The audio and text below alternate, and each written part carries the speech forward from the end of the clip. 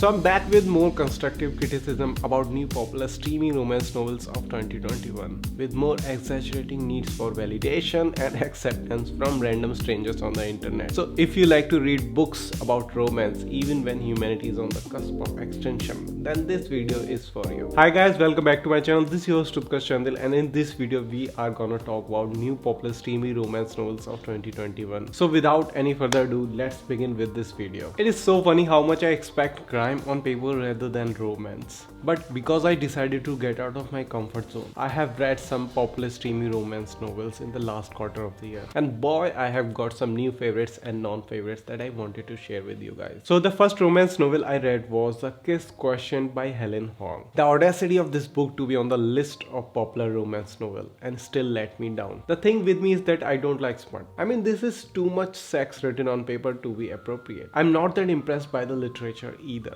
I felt as if I'm reading some vanilla version of 50 Shades of Grey. A teenager might appreciate this kind of romance for very different reasons. The frequency of salacious sex scenes was more than necessary.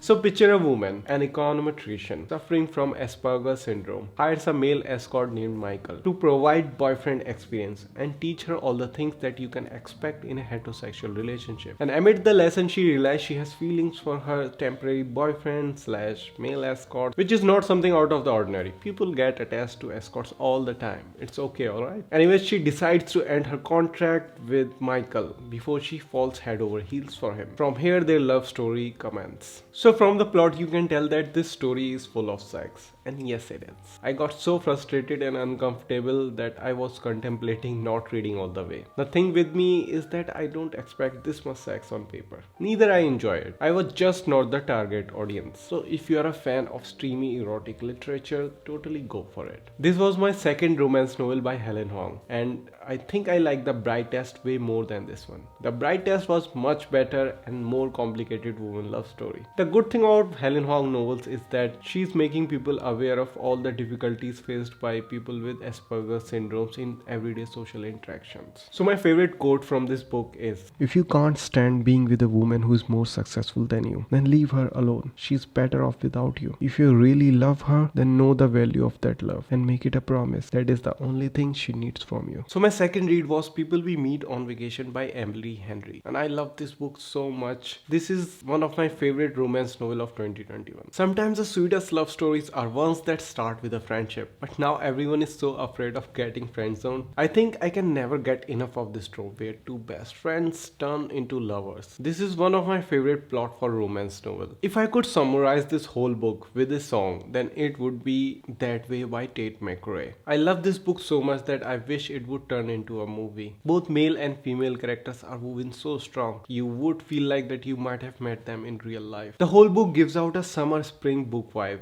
So the plot of the story is that there are two best friends, Poppy and Alex, polar opposite of each other. Poppy is an insatiable wanderlust, and Alex on the other hand is a bookworm who likes to stay at home with his cat and read books. Despite being complete opposite of each other, they like to go on summer vacations each year since college. But on one ominous trip, something happens and they turn into total strangers. Now after 2 years of not talking, Poppy is determined to fix things with Alex. She manages to persuade him to go on one last vacation, where she has 1 week to convince him to give their friendship another go. In conclusion, this book is a chef's kiss from beginning to end. I'm definitely gonna buy a hard copy and stain the pages with my tears of happiness. So my favorite quotes from this book are, "It's not your job to make me happy, okay? You can't make anyone happy. I'm happy just because you exist. That's as much of my happiness you have control over. Suddenly we are not kids anymore, and it feels like it happened overnight, so fast that I didn't have time to notice, to let go of everything that used to matter so much, to see that the old wounds that once felt like gut level laceration have faded to small void scars, mixed in among the stretch marks, the sunspots, and little depot where time has graced against my body." So if you are a fan of movies like Harry Met Sally, Love Rosie, I couldn't recommend this book enough. Seriously, you can't go wrong with this one. So my next read was The X-Talk by Rachel Lynn Solomon, and this was just meh. I wasn't even invested from the beginning. I just completed it for the sake of completing it, because so many half-read books already haunt me in my sleep. The plot was definitely luring, but writing was little too normal for my taste. It's your typical co-workers turned enemies turned fake exes turned co-hosts turned real romantic partners kind of love story.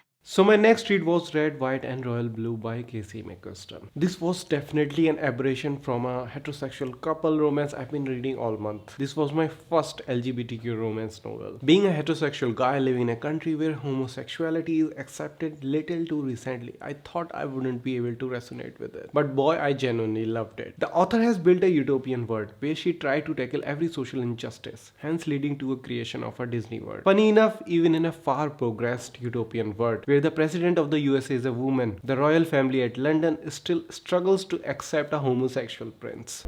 The story begins with characters living in a world where the president of the USA is a Democratic woman who was elected after Obama, and her 2020 re-election is quickly approaching. Spotlight is focused on two young men, Alex, the first son of the president, and Henry, the Prince of England. At first, they barely tolerate each other, exchanging few ugly words, which led them to create a real PR fiasco at the royal wedding. Now they need to form a fake friendship ASAP for the sake of political balance between the two countries. So they try to be best buds for the press, which led them to spend more time with each other, and amid pretense they become more than friends. Now their gay as a maple love story begins. So my favorite quotes from this book are: the next slide is titled Exploring Your Sexuality, Healthy. But does it have to be with the Prince of England? She apologizes for not having time to come up with better titles. Alex actively wishes for the sweet release of death. He called Henry the North Star once. That wasn't bright enough. So my next read was The Hating Game by Sally Thorne. Now this book has been adapted into a movie, and I definitely gonna watch it. I had fun reading this novel, I'm not gonna lie. But I do not entirely endorse the whole bully the person you have strong feelings for until they notice you notion.